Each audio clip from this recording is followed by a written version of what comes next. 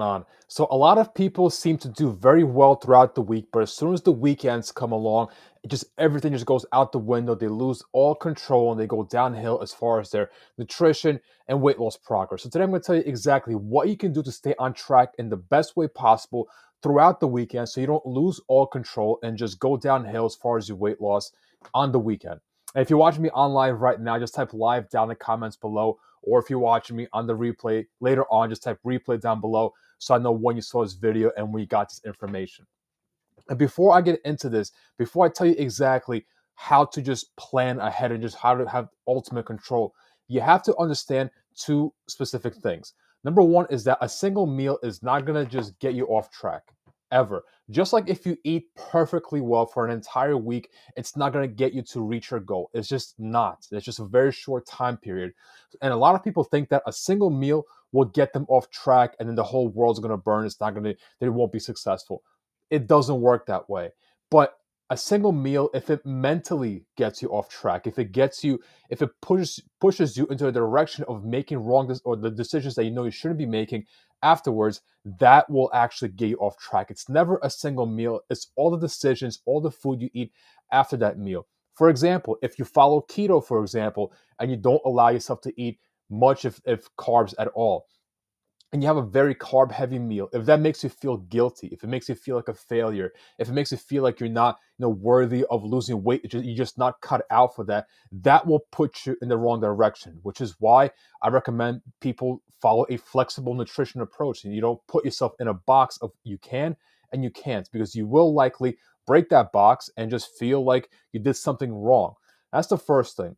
The second thing is that in order for you to gain a pound of fat, you have to eat roughly around 3,500 calories above your maintenance level. And most of us that are trying to lose weight, we're in a caloric deficit.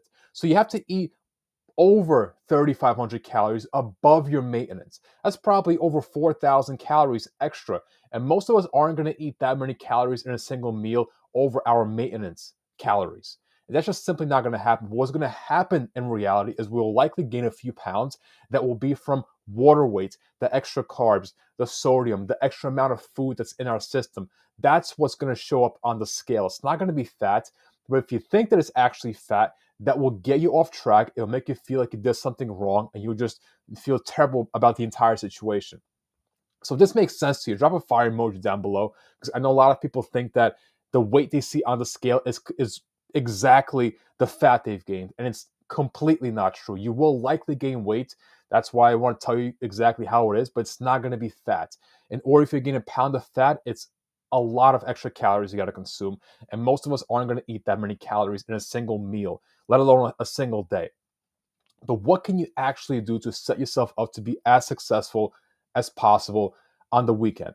The first thing I would suggest is to plan ahead. Let's say you're going out to a social event, an outing, a work function, whatever the place is, a birthday party. Plan ahead by just seeing where you're going to.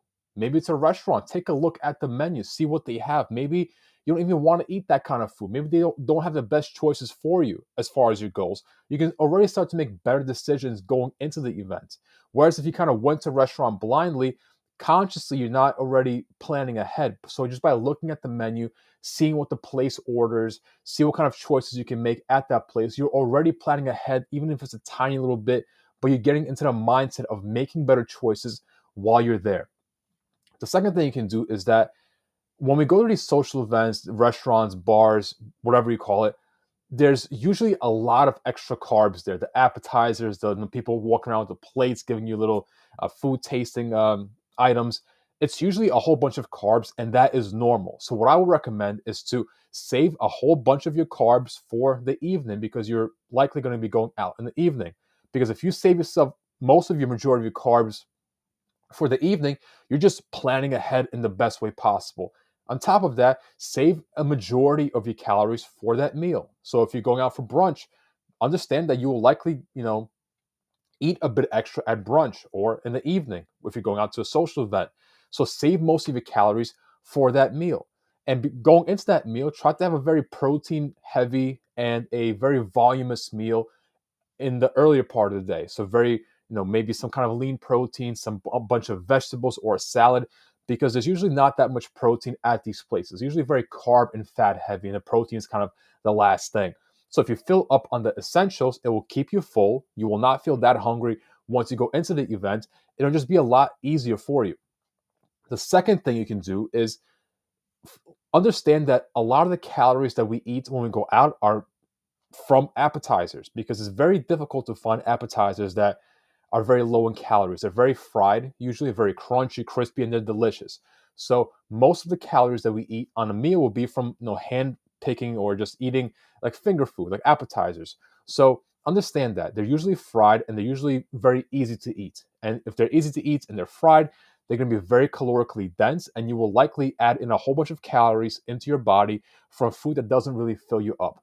So what I would recommend is to focus your meal on a single large entree, because if that happens, you fill up on a very delicious entree, I mean, whatever you want to eat.